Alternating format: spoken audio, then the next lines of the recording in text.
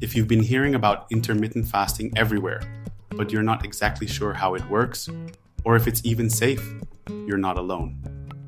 Today, we're breaking down the 16-8 method, one of the most approachable and researched styles of intermittent fasting. No hype, no buzzwords, just what the science says, how it works, what it can do for your body, and what to keep an eye on. Let's start with the basics. Intermittent fasting isn't a diet, it's a timing pattern. It's about when you eat, not necessarily what you eat. With the 16-8 method, you fast for 16 hours, then eat your meals inside an 8-hour window. A simple example, you might eat between 12 p.m. and 8 p.m., then fast overnight until noon the next day. Outside that window, stick to water, black coffee, or plain tea, no calories. That's really it. No fancy supplements, no counting macros unless you want to, just consistent meal timing. Now, why would you even want to fast? Every time you eat, your body releases insulin to manage blood sugar. Insulin is crucial, but it also signals your body to store fat. When you fast, insulin levels fall. That gives your body the chance to shift into fat-burning mode and engage in processes like autophagy, where it starts cleaning up damaged cells. So in short, fasting longer between meals gives your body more time to burn stored fuel and do internal housekeeping. Let's ground this in some science. A 2016 study in cell metabolism showed that time-restricted eating improved insulin sensitivity, blood pressure, and oxidative stress, even when participants didn't change what they ate. Another study in obesity found that people using a 16-8 schedule naturally ate fewer calories and lost body fat, particularly around the midsection. Intermittent fasting also shows potential for improving cardiovascular markers, reducing inflammation, and regulating hunger hormones like ghrelin and leptin. It's not extreme. It's not overnight transformation. It's modest, steady improvements that add up over time. From personal experience, people report a few common changes. First, hunger tends to decrease once the body adapts, usually within a week or two. Second, many people notice sharper mental clarity during fasting hours, likely from mild rises in norepinephrine and ketones.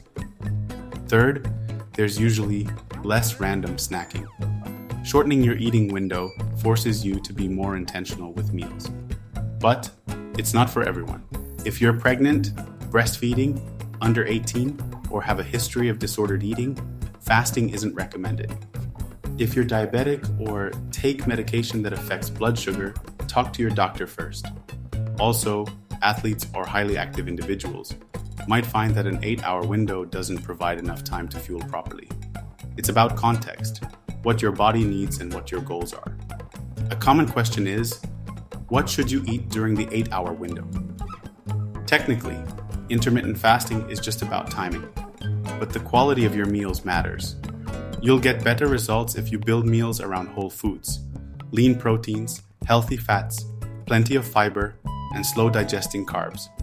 If you fast 16 hours, then eat mostly processed food and sugar during your window, you'll probably cancel out many of the potential benefits.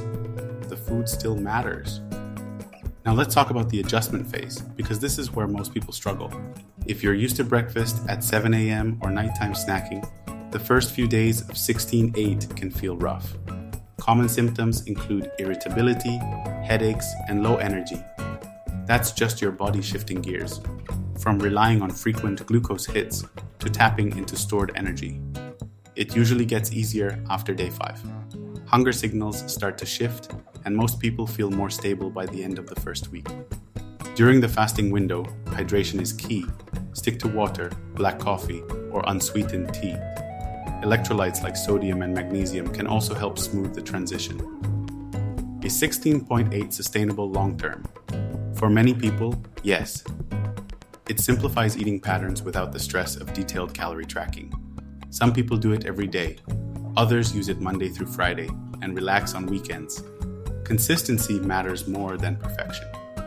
You don't have to follow a noon to 8 schedule either. If an earlier window works better, like 9 a.m. to 5 p.m., that's fine.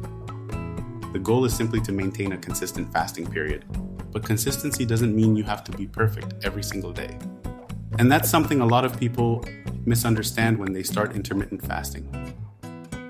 One important thing to remember is that your fasting window doesn't have to be exact to the minute every day. Flexibility is a big part of what makes intermittent fasting sustainable over the long term. There's a lot of pressure these days to treat habits like fasting with rigid precision. But the reality is, small shifts happen, and they're perfectly fine. If you occasionally adjust your window by an hour because of social events, travel, or just a busy day, it doesn't undo the benefits you're building. Research shows it's the overall pattern that matters. The consistent reduction in insulin exposure, the regular switching into fat-burning mode, and the break your digestive system gets. Not a perfect 16-hour fast every single time. Think of intermittent fasting like fitness. One missed workout doesn't erase months of progress. One late meal doesn't undo weeks of fasting. It's the pattern over time that shapes results. In fact, being too rigid can sometimes backfire. Studies show that overly strict rules can make healthy habits harder to stick with. Flexibility not only makes fasting easier to maintain, it also helps you keep a healthier relationship with food. You want fasting to be a sustainable tool, not a source of stress. Aiming for consistency across the week, rather than perfect daily execution, is the better long-term strategy. If you stick to your fasting plan most of the time, around 80 to 90%, your body will respond just as well. It's about building a rhythm that fits your real life, not forcing life to fit around fasting. Stay focused on the bigger picture. Your body adapts to trends over weeks and months, not isolated days.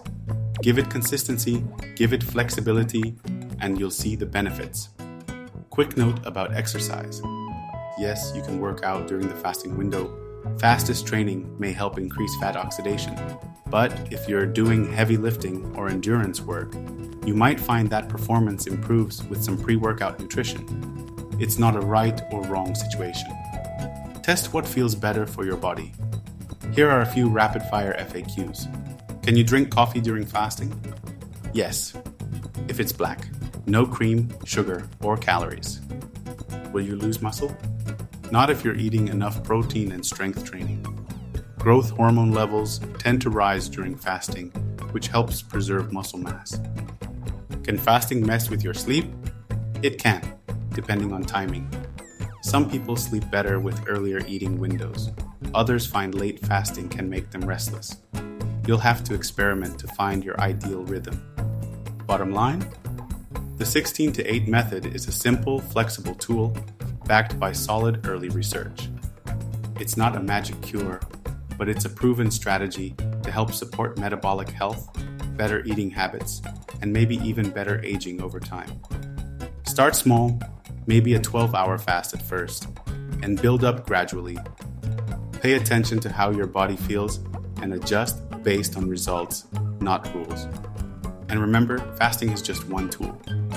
Your movement, sleep, stress management, and overall nutrition are just as important for long-term health.